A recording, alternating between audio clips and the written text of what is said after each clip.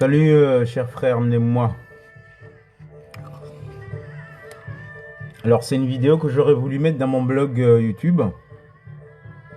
Mais bon, il y a mon compte qui bug, là, je sais pas ce qui se passe. Donc, je vais l'enregistrer ici et puis je la mettrai ensuite sur YouTube. Pourquoi je précise ça? Parce que le sujet, c'est pas particulièrement les Comores, hein, pour ceux qui aiment tout le temps qu'on parle des Comores. Mais on va parler un peu d'Afrique en général. Voilà, donc si vous attendez à ce qu'on parle de politique comorienne, ce sera pas le sujet. Donc vous pouvez zapper déjà. On va attendre 2 secondes.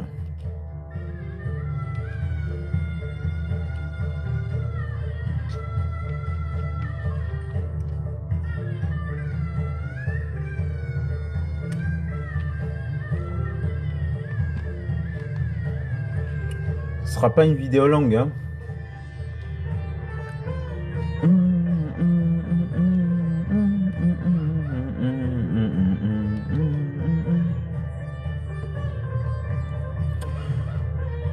Alors, il y a du monde ou pas?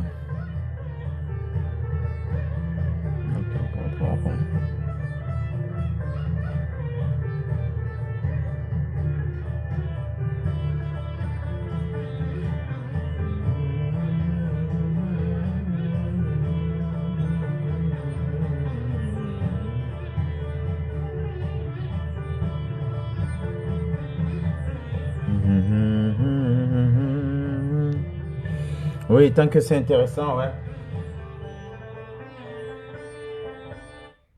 Bon, allez, on va commencer. Euh, Bonsoir tout le monde, d'abord. Bonsoir à ceux qui me suivent sur YouTube, parce que je disais que je vais la mettre sur YouTube. Mais bon, il y a mon téléphone qui fait des siennes, Donc, je l'enregistre en direct. Ensuite, je vais essayer de la mettre ensuite sur YouTube. Donc, je disais que ce ne sera pas les Comores particulièrement aujourd'hui, parce que les Comores font partie de l'Afrique. Mais je voudrais parler de, de cette jeunesse consciente africaine, euh, incarnée aujourd'hui par de nombreuses personnes comme Kémy Séba, euh, et d'autres. En fait, bon, puisque je parle de Kémy Séba, là, par exemple. En fait, Kémy Séba, par exemple, comme je l'ai écrit dans mon premier livre, c'était en 2015. Kémy Séba, je l'ai connu à travers la Tribuca, ici. C'était, allez, on va dire, un groupuscule de défense des intérêts des afro-descendants ici. Et des fois, en voulant faire un peu du mimétisme Black Panther, aller se battre avec la LDJ, qui est la Ligue de défense juive. Donc, c'était souvent des rixes, des machins comme ça. Et à l'époque, Kémy Séba n'avait pas encore le bagage intellectuel qu'il a aujourd'hui. Il n'avait pas encore lu. Et d'ailleurs, j'en profite pour dire la même chose de de certaines féministes qui n'ont même pas lu les féministes et qui se contentent d'aboyer Black Power, Black Power, comment dire, Women Power, Girl Power, Girl Power. Bon, bon, après, dès qu'on aura fini les Girl Power, qu'est-ce qu'il y a là-dedans? Voilà. Il faudrait parfois aller lire un peu. Donc, je disais que à l'époque, il n'avait pas ce bagage intellectuel, cet effort qu'il a fait aujourd'hui d'aller se cultiver, de connaître un peu l'histoire africaine. Il nous a tous dépassés un peu aujourd'hui dans ce domaine-là, je crois. Il a pondu des livres, donc il a un bagage aujourd'hui qui fait que aujourd'hui il est plus crédible. On l'écoute. Voilà. Mais à l'époque, c'était du mimétisme Black Panther. Et d'ailleurs, moi, comme je dis aussi, ces combats-là, ok, on a la même couleur, mais les problèmes des Afro-descendants aux États-Unis ne sont pas les mêmes problèmes. Quoique on se rejoint parce qu'on a la même peau, on subit les mêmes discriminations parce qu'on a la même peau que ceux qui sont aux États-Unis. mais les problèmes changent selon le lieu, selon l'époque. Et donc, lui, à l'époque, quand je l'ai connu, quand je le voyais, c'était un peu du métisme Black Panther. Moi, ça ne me plaisait pas. Et puis, il avait un discours aussi, euh, et c'est ce que je critique aussi chez certains, il l'a abandonné aujourd'hui parce qu'il est retourné, il a vu la réalité des choses, il a vu ce que c'est que l'Afrique, les réalités africaines, et c'était rends tout ferme là, quoi. Hein. Si tu aimes l'Afrique, t'as qu'à rentrer. Si tu rentres pas, c'est que tu n'aimes pas l'Afrique. Hein, on avait tous vocation à rentrer en Afrique, sinon on n'aimait pas l'Afrique. Et d'ailleurs, il y a, pour ceux qui aiment la lecture, je vous invite à lire certains bouquins d'un auteur qui s'appelle... je suis en train de finir, j'ai fini celui-là, Rouge Impératrice de Leonora Miano. Voilà, c'est un gros bouquin, hein, il faut y aller. Hein. Donc, c'est une projection sur un continent africain qui serait uni. Hein, elle l'appelle Katiopa, le Katiopa unifié. Et là-dedans, pour faire cette union, pour que l'Afrique devienne puissante, se relève, et c'est une projection, hein. Et comme elle a dit, il faut imaginer des choses pour les réaliser. Donc si on n'imagine pas les Comores prospères, si on n'imagine pas l'Afrique puissante, si on ne rêve pas de cela, on ne pourra jamais réaliser quelque chose qu'on n'a pas rêvé. Donc elle se projette comme ça, elle l'appelle le Katiopa unifié.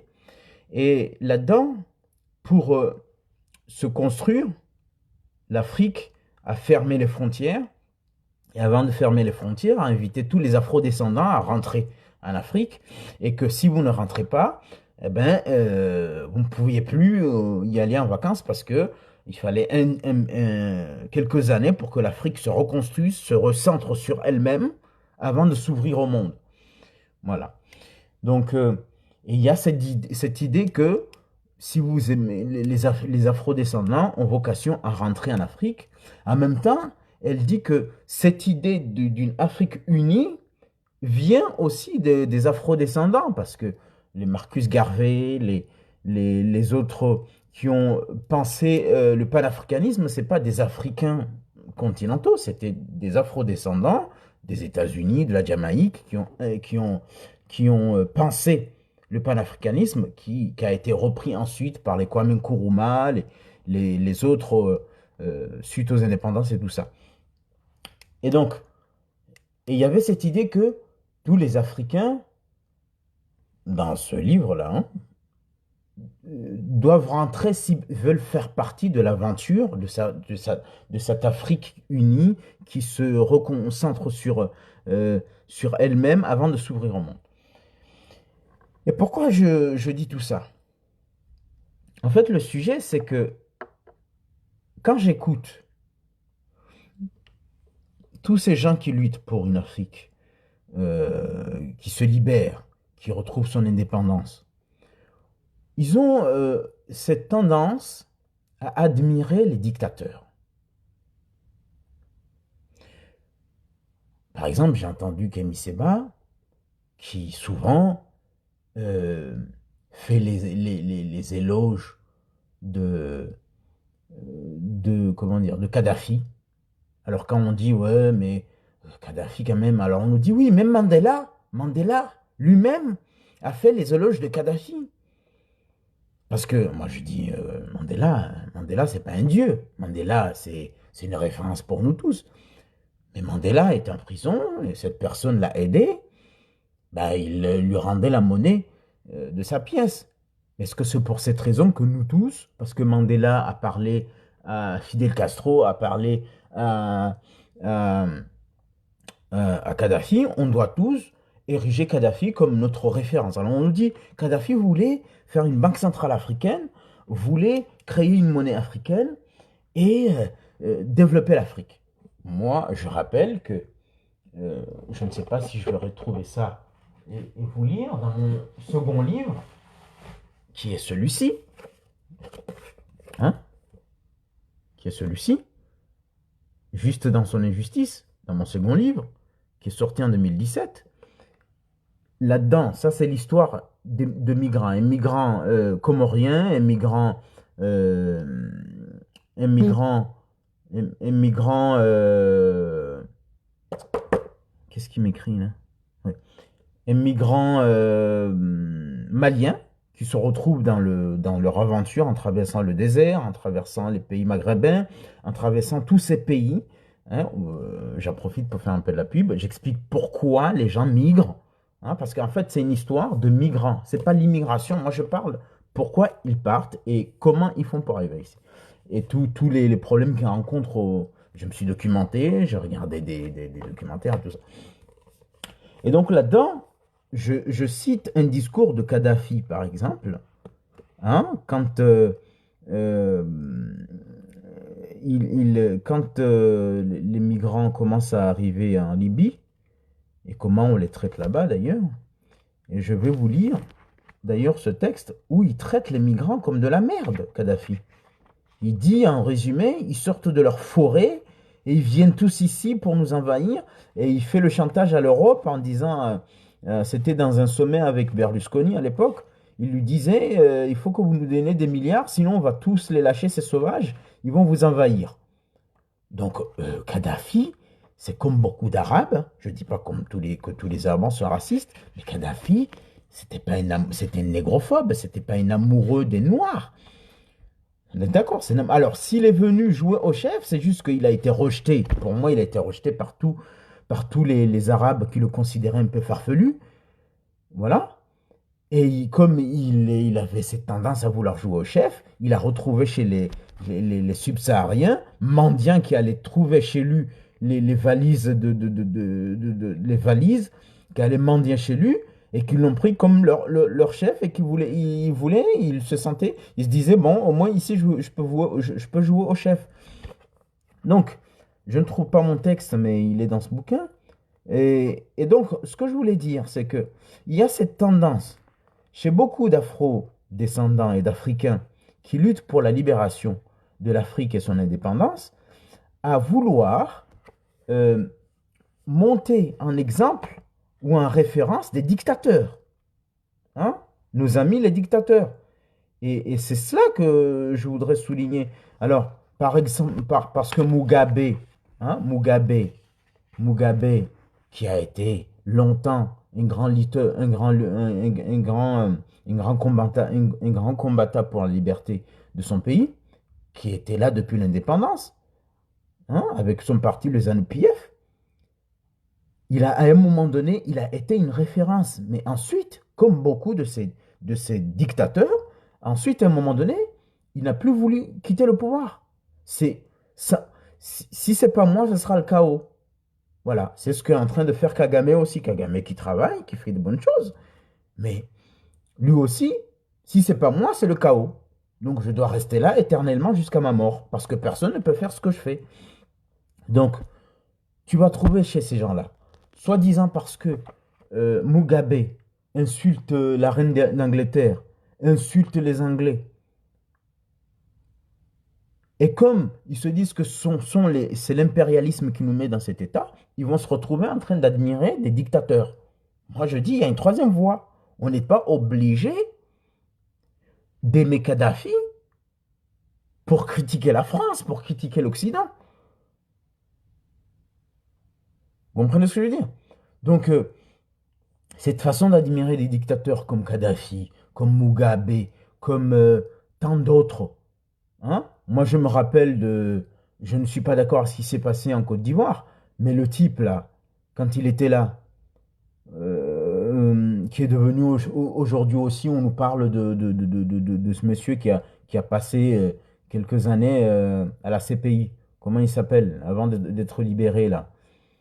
Je sais plus, Babbo. Hein? Vous savez, c'est lui qui a donné, c'est chez lui que les gens de Mamadou avaient piqué le slogan on gagne ou on gagne, ou on gagne. Il n'y a pas d'autre choix. On gagne ou on gagne. Lui, quand il est arrivé, il a trouvé cette histoire d'ivoirité. Hein? Tu es du Nord, tu es musulman, tu n'es pas ivoirien. Il l'a pas, c'est pas lui qui l'a inventé, mais il l'a pas renié. Il l'a pas renié. En disant que Ouattara n'était pas ivoirien, mais Ouattara, c'est pas mon modèle. Mais dire à certains Africains qui n'étaient pas certains Ivoiriens qui n'étaient pas ivoiriens, qui étaient burkinabés, l'ivoirité, machin, et ces gens-là, aujourd'hui, on les prend pour les paragons, les paragons du panafricanisme. Non, je ne suis pas d'accord. Donc tout ça pour dire quoi? Tout ça pour dire qu'il y a une troisième voie qui est possible. On n'est pas obligé d'aller se relier à Poutine, parce que Poutine, hein, moi j'ai vu beaucoup de panafricanisme qui sont partis chez Poutine, hein, faire des beaux discours là-bas, c'est très bon discours, comme la dame ivoirienne, là, comment elle s'appelle, qui a été injustement euh, jetée dehors en Côte d'Ivoire parce qu'il a critiqué le franc CFA. Et il a critiqué le franc CFA et l'impérialisme français. Ok, ils ont fait des bons discours là-bas, mais il faut faire attention. Parce que Poutine, il va pas vous projeter, il va pas vous protéger parce que c'est comment dire, pour le bon plaisir de protéger les Africains. C'est juste que lui aussi, il a envie de peser en Afrique comme d'autres puissances pesent en Afrique. Ça s'appelle la géopolitique. Donc, tu trouves des gens aujourd'hui qui luttent dans ce panafricanisme, qui ne trouvent pas d'autre modèle que des dictateurs au nom du rejet des anciens colonisateurs. Alors, on va aimer Kadhafi parce que il a insulté Sarkozy.